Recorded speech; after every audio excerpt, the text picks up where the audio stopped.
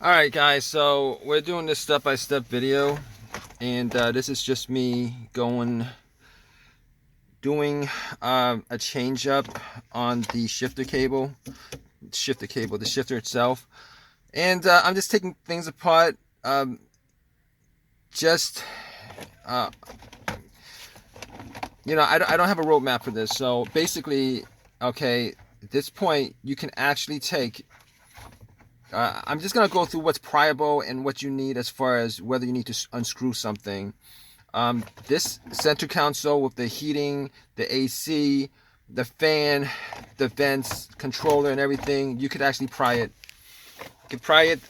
There's no screws for this.